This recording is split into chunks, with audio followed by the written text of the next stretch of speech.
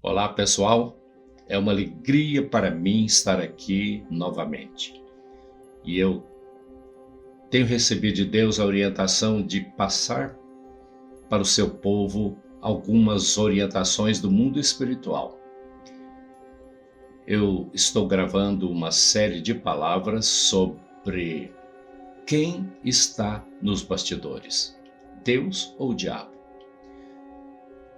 E já temos recebido muitas perguntas de pessoas que operam no YouTube, no Instagram, e eu prometo responder todas, mas no final das mensagens, ok?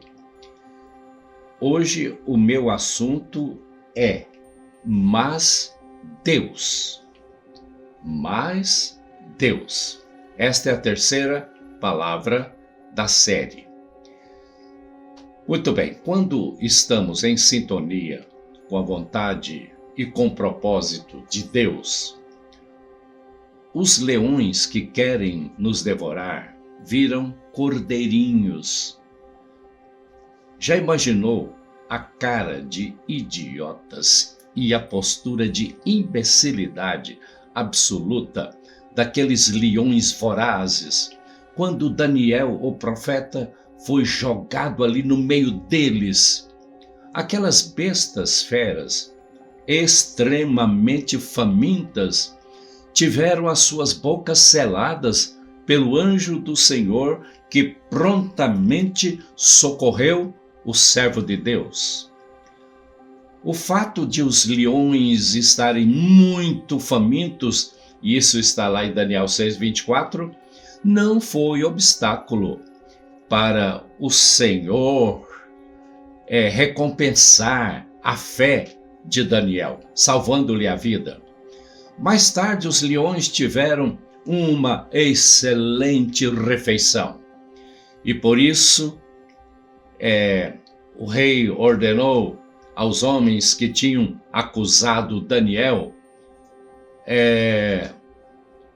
que aqueles homens fossem atirados na cova dos leões, junto com as suas mulheres e todos os seus filhos. E a Bíblia diz que antes de chegarem ao fundo, os leões atacaram e despedaçaram todos os seus ossos. Esse era o procedimento conforme o costume persa. Eu sempre digo, é nisso que dá mexer e acusar homens e mulheres fiéis a Deus. O salmista sempre escreveu: quem cava um buraco e o aprofunda cairá nessa armadilha que fez. Mais ainda, sua maldade se voltará contra ele, sua violência cairá sobre sua própria cabeça. Está lá no Salmo 7, versos 15 e 16. Eu gosto muito do ditado que diz: quem não tem coragem de morder, não deve rosnar.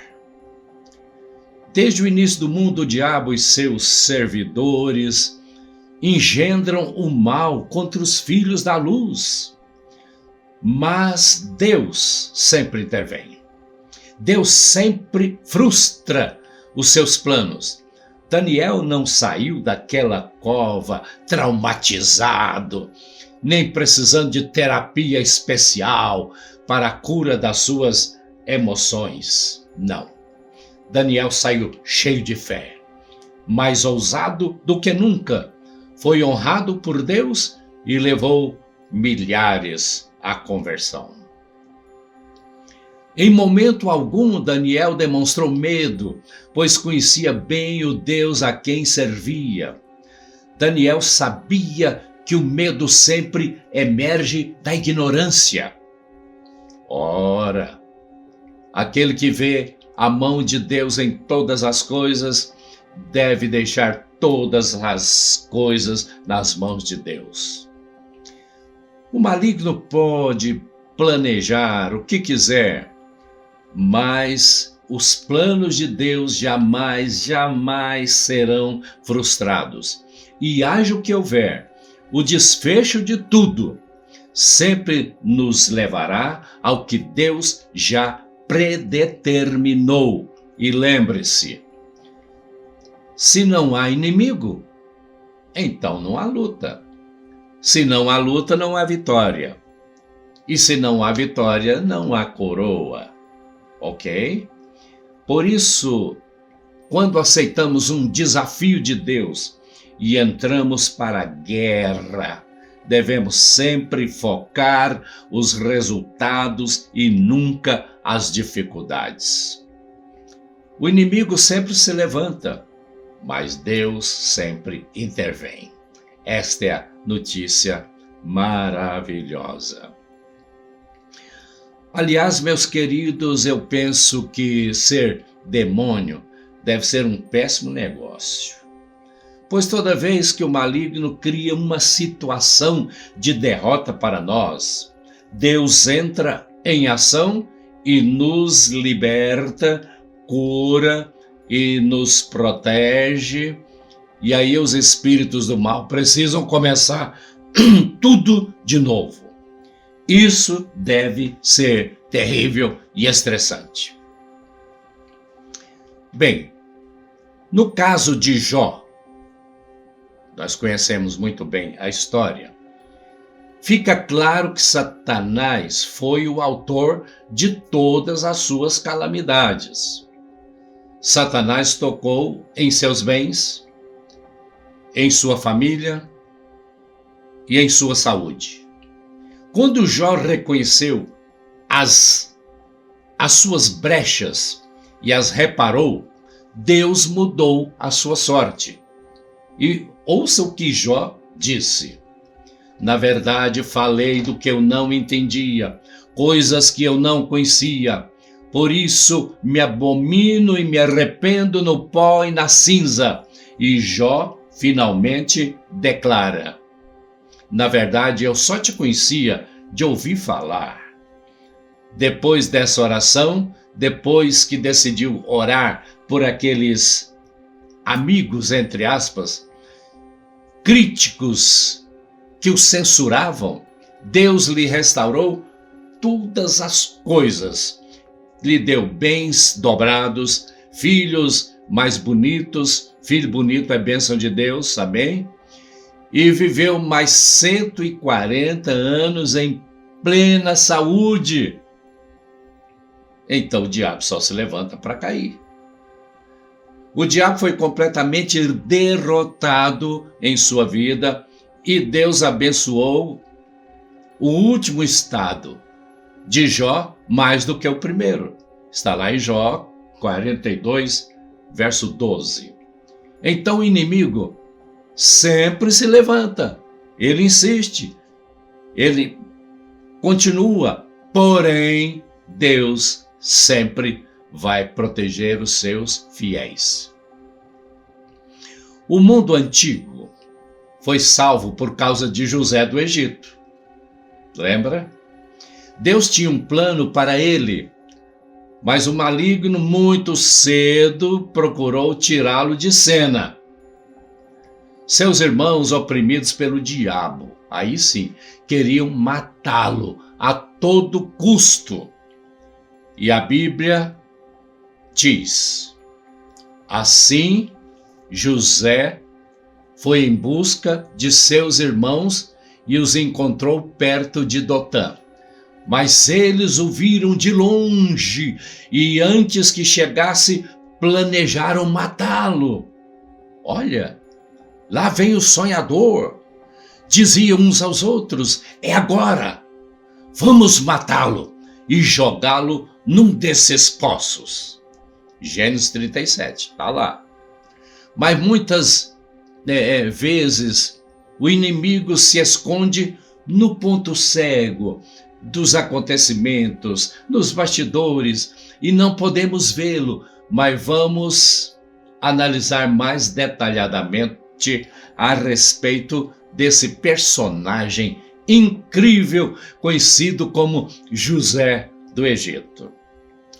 A seu respeito está escrito no Salmo 115, verso 16: sua alma entrou em ferro, Se invertermos a ordem, teremos o texto na linguagem que nós usamos hoje. Ferro entrou em sua alma.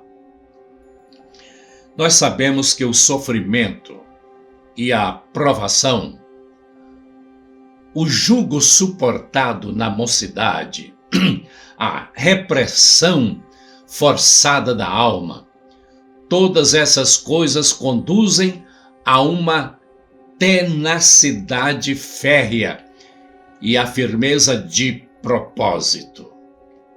No caso de José, Deus o estava preparando para ser simplesmente o Senhor do mundo daquela época, mas Satanás não tinha a mínima noção do que estava acontecendo. O inferno queria José atrás das grades, mas Deus o queria no trono do Egito. O diabo queria matar José. Deus queria treiná-lo na fornalha da aflição para assumir o governo do mundo. Olha que maravilha! O diabo queria roubar a sua esperança. O diabo queria roubar a sua fé. Deus queria produzir no coração do jovem hebreu uma fé não contingencial. Alguém que confia em Deus e acredita que Ele está nos bastidores de tudo. O diabo queria destruir os sonhos de José, mas Deus forjava, esta é a expressão certa, Deus forjava o seu caráter para que os seus sonhos, todos eles, se cumprissem. É pelo sofrimento, muitas vezes, que Deus infunde ferro em nossa vida espiritual.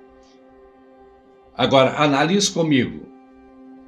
O mundo quer punho de ferro, nervos de ferro, energia de ferro e músculo de ferro. Deus quer santos de ferro. E como não há outra maneira de introduzir ferro em nossa natureza, senão através de adversidades, Deus permite as procelas em nossa caminhada. Mas tudo com fim proveitoso. Portanto, hoje, descansa em Deus, porque você está nas mãos de Deus e não nas mãos do diabo. Não tenho conhecimento de que Deus tenha usado alguém que ama a monotonia, que vive num berço esplêndido e que foge ao treinamento de Deus. Eu fui soldado do Exército Brasileiro e passei por situações nunca imaginadas, andando pelo mato afora com um coturno pesadíssimo, um fuzil nos ombros e uma mochila de 15 quilos nas costas. Aquele treinamento era necessário para nossa formação completa, para o enfrentamento do inimigo no caso de uma guerra. Bem, às vezes somos assediados por oposições, zombarias, mal entendidos. Isso parece nos atrasar. É como o soldado iniciante que se embaraça nos cipós que estão à sua frente. Mas eu posso lhe garantir que o tempo não é perdido. Deus, repito, Deus muitas vezes está nos colocando no regime do ferro. A coroa do ferro das provações precede a coroa de ouro e de glória. O ferro só está entrando em nossas almas para fazer-nos mais corajosos e vencedores na hora da batalha. A respeito de José, está escrito o seguinte: e o Senhor de José o tomou e o entregou na casa do cárcere. O Senhor, porém, estava com José, e tudo que ele fazia, o Senhor prosperava. Está lá em Gênesis 39. Quando Deus permite, ou quando Deus nos deixa ir para a prisão, ou algo semelhante, por causa do seu serviço, Ele vai para lá conosco. Deus jamais nos abandona. E se Deus está conosco, mesmo uma prisão pode ser o lugar mais feliz do mundo. Parece-nos que José tinha essa convicção. Ele não ficou desanimado ou rebelde, achando que tudo estava contra ele, como alguns pensam hoje. Não, não e não. Por isso, o carcereiro confiou nele, do jeito que confiou, porque José tinha os olhos em Deus e Deus o abençoava, e ele caiu na graça do próprio carcereiro. José simplesmente ignorou o projeto de Satanás, simplesmente ignorou o projeto de Satanás contra ele e deixou todas as circunstâncias de sua vida nas mãos de Deus. Que o diabo lutou contra José em toda a sua sagacidade, isso sim, lutou. Mas Deus interviu e transformou aqueles 13 anos de tramas e perseguições numa trilha construída com lágrimas, sangue e suor, desde a prisão até o trono do Egito. Se José não tivesse sido prisioneiro, nunca teria sido governador. Então, eu termino dizendo: a cadeia de ferro que prendeu os pés de José foi a preparação para a cadeia de ouro que foi colocada em volta do seu pescoço. Que Deus nos abençoe. Eu tenho mais um recado nessa linha de pensamento para você. Na próxima semana, se Deus quiser. E mande a sua pergunta. Procure interagir comigo nesta série de palavras, porque eu tenho convicção de que todos nós seremos muito abençoados. Que Deus abençoe a todos.